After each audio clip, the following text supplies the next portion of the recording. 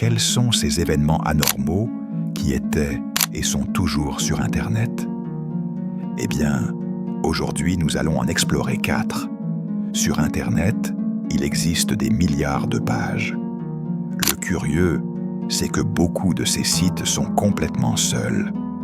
Approximativement 30% des sites ont été supprimés et moins de 5% sont actifs et fréquentés, ce qui nous laisse environ 65% de pages fonctionnelles, mais pratiquement mortes.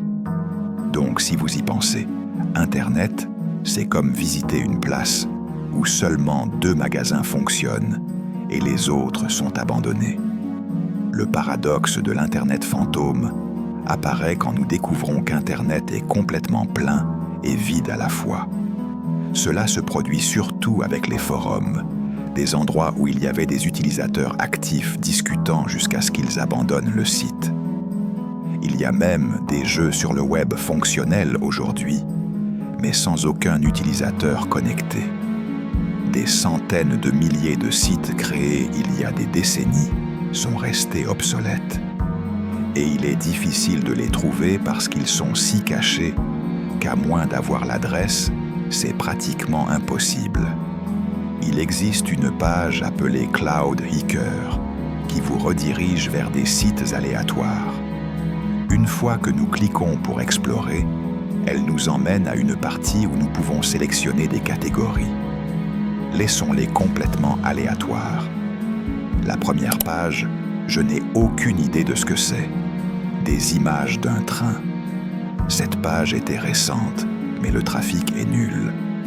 Une autre m'a dirigé vers un poème de Francis Wham. Explorer ces sites m'a fait penser à la quantité qui existe. Mais tous partagent quelque chose.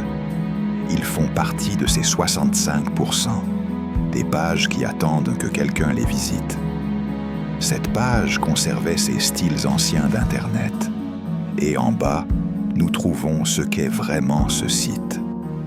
Le matériel provient des pages archivées de GeoCities. C'était l'une des premières plateformes pour créer des pages web personnelles. Elle a commencé en 1994 et vous pouviez créer un web sans vous compliquer avec la programmation. GeoCities ne comptait pas avec une interaction comme les réseaux actuels, mais vous pouviez laisser des commentaires.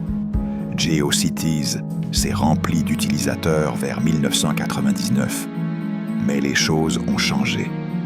Internet est passé à des plateformes centralisées comme YouTube ou Facebook, en plus du fait que Yahoo l'a acheté et devait en tirer profit. Des annonces ont envahi le site. Les utilisateurs sont partis jusqu'à ce que Yahoo le supprime, le 26 octobre 2009. Près de 38 millions de pages ont été supprimées ce jour. Certaines ont été archivées dans la Wayback Machine, mais la majorité non. Le site Le Monde de Cameron compile ces gifs, esthétiques et textes sauvés. Des centaines de pages sont créées chaque jour, mais peu survivent au fil des années et beaucoup restent sans être vus. Bien qu'il existe des outils comme Cloud Hiker, la majorité resteront là en sans-silence attendant. Si vous aimez ces sites anciens, il existe un navigateur appelé Weebly où vous pouvez chercher ces sites ou être redirigé aléatoirement. La première page parlait de sténographie, un système d'écriture abrégé. Une autre parlait d'astrologie chinoise avec trop d'informations. Soudain, j'ai été redirigé vers Archivos Obnoxent, qui archive des images sauvées de Webpage Designer Gold. Nous pouvons trouver des pages abordant des sujets si différents, remplis d'informations que personne ne verra jamais. Internet est grand, et il devient difficile de trouver les origines du matériel que nous voyons. Mais il y a un phénomène appelé Lost Wave. Quelqu'un trouve une chanson agréable, mais ne sait pas qui l'a faite, la partage dans des forums, mais personne ne trouve l'artiste. Nous avons une chanson avec des origines inconnues. Avec l'expansion d'Internet autour de 2000, ce phénomène a commencé à apparaître. On a créé le terme Lost Waves pour ça. En août 2014, sur The Spirit of Radio, un utilisateur, Peter, a publié un clip de 30 secondes. Des personnes dansent dans une discothèque. Par le style, cela nous positionne entre les années 80 et 90. Mais personne ne sait quelle musique c'est. Ce clip s'est diffusé dans plus de forums. Les utilisateurs ne trouvaient pas l'artiste.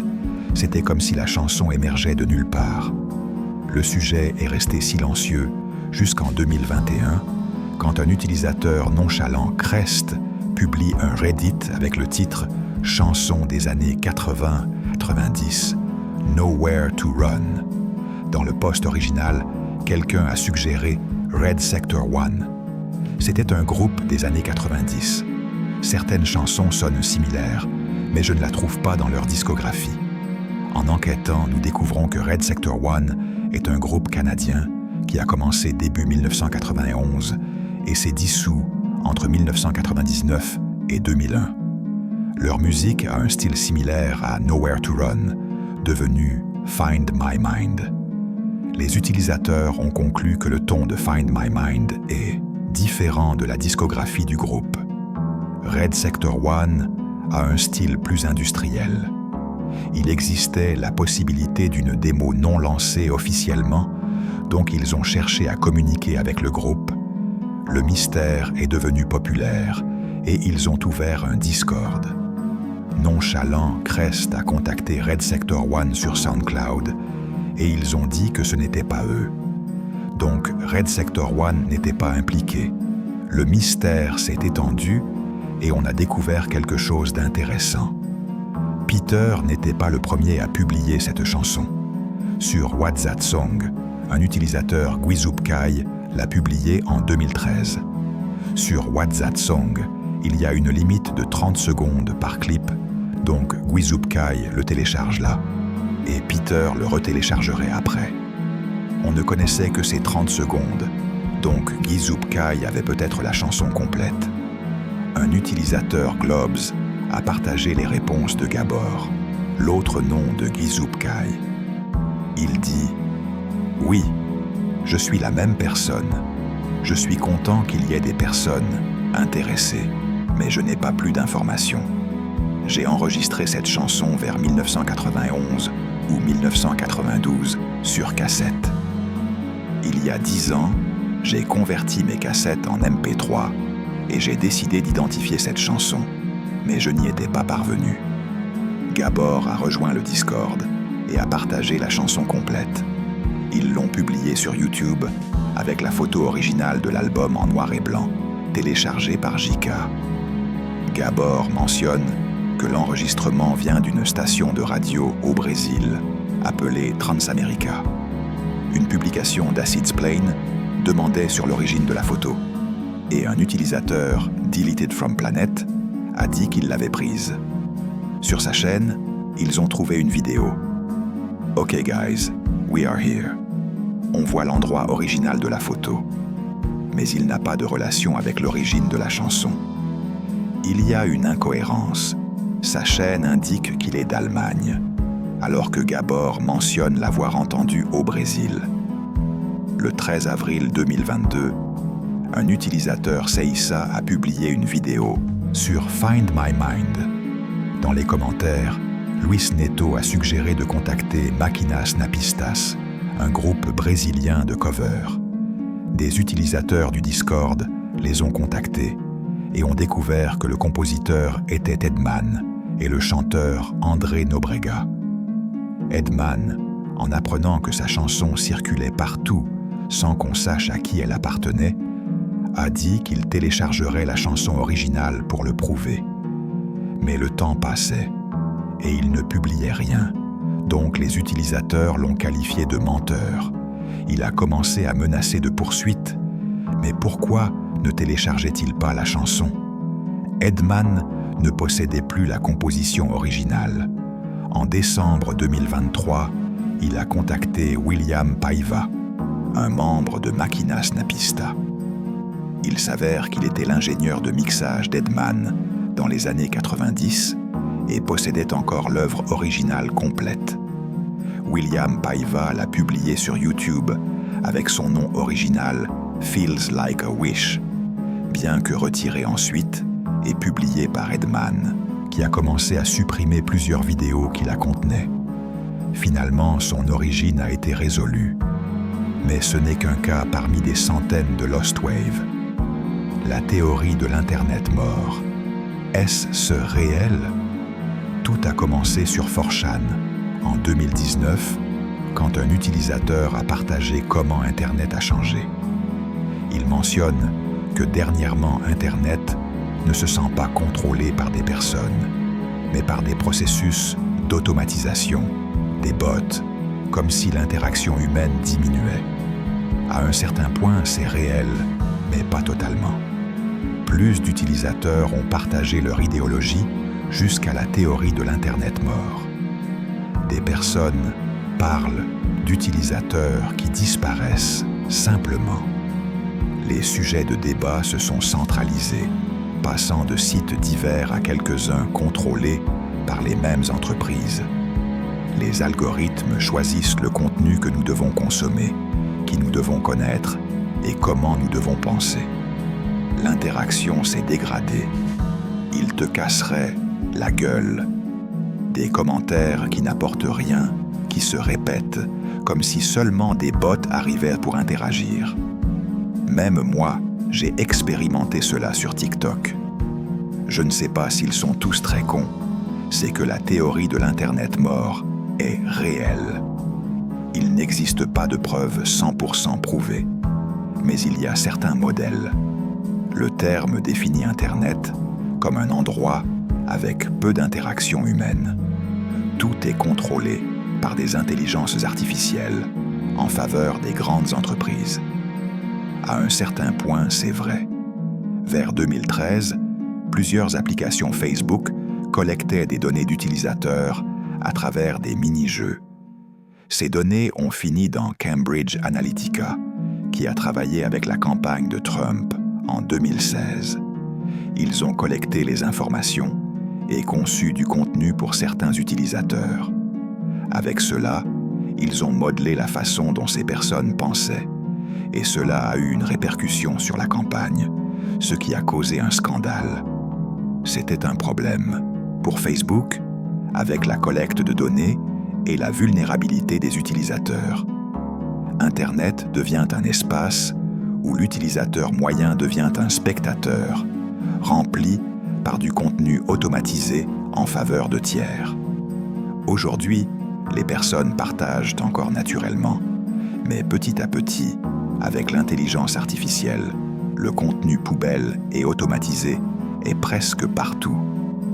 Il y a un an, en 2024, un compte Love God and God Love You a commencé à publier des paysages où le visage de Dieu est perçu. C'est de l'intelligence artificielle. Ce compte télécharge 2 publications par jour depuis, toutes avec le même message, même horaire. C'est un compte automatisé avec des bots, mais le pire vient en voyant les commentaires. Sont-ils si bêtes pour ne pas remarquer l'IA, ou ce sont des bots? Si nous explorons leur profil, informations très superficielles, seulement leurs photos de profil. Ils suivent de pures célébrités ou entreprises. Évidemment bizarre. Comme cet exemple, il y en a plus, les débuts de l'Internet mort. Il existe un site sur Internet qui donne des informations sur un nom qui apparaît dans les rêves des personnes. Cette page offre un contexte. Apparemment, un psychologue a remarqué un modèle. Plusieurs patients avaient vu ce type dans leurs rêves. Une enquête a commencé, découvrant plus de personnes qui ont rêvé de lui. Et ce site a été fait pour que ceux qui partagent cette situation puissent parler. C'est faux et a été démenti il y a quelques années. Il n'y a aucune preuve réelle, ni du psychologue, ni de patients réels. C'est difficile à croire quand il a une section de fan art. Mais indépendamment, il y a eu des personnes qui l'ont cru. Elles se sont vues stressées par des récits d'autres. C'était comme si elles se voyaient obligées de rêver la même chose. C'est intéressant comment vous pouvez modeler la perception avec quelque chose d'aussi simple. Le texte incite cette sensation de reconnaissance immédiate. Les rêves sont difficiles à se souvenir, quelque chose qui arrive à beaucoup. Ils rêvent de personnages dont ils ne se souviennent pas après, ou de personnes que dans le rêve ils connaissent, mais une fois réveillés, aucune idée de qui ils étaient. Cet effet, ajouté au récit d'autres, a conduit la majorité à croire que c'était réel. Peut-être vous aussi aviez rêvé de cette personne, seulement que vous ne vous en souveniez pas. Un événement anormal est apparu. Des milliers d'utilisateurs contaminés par l'idée qu'un homme rôdait dans leurs rêves. Bien qu'à la fin Tissman.org était un projet artistique, donc tout le récit est faux et démontre la possibilité de créer des perceptions individuelles à partir de fiction.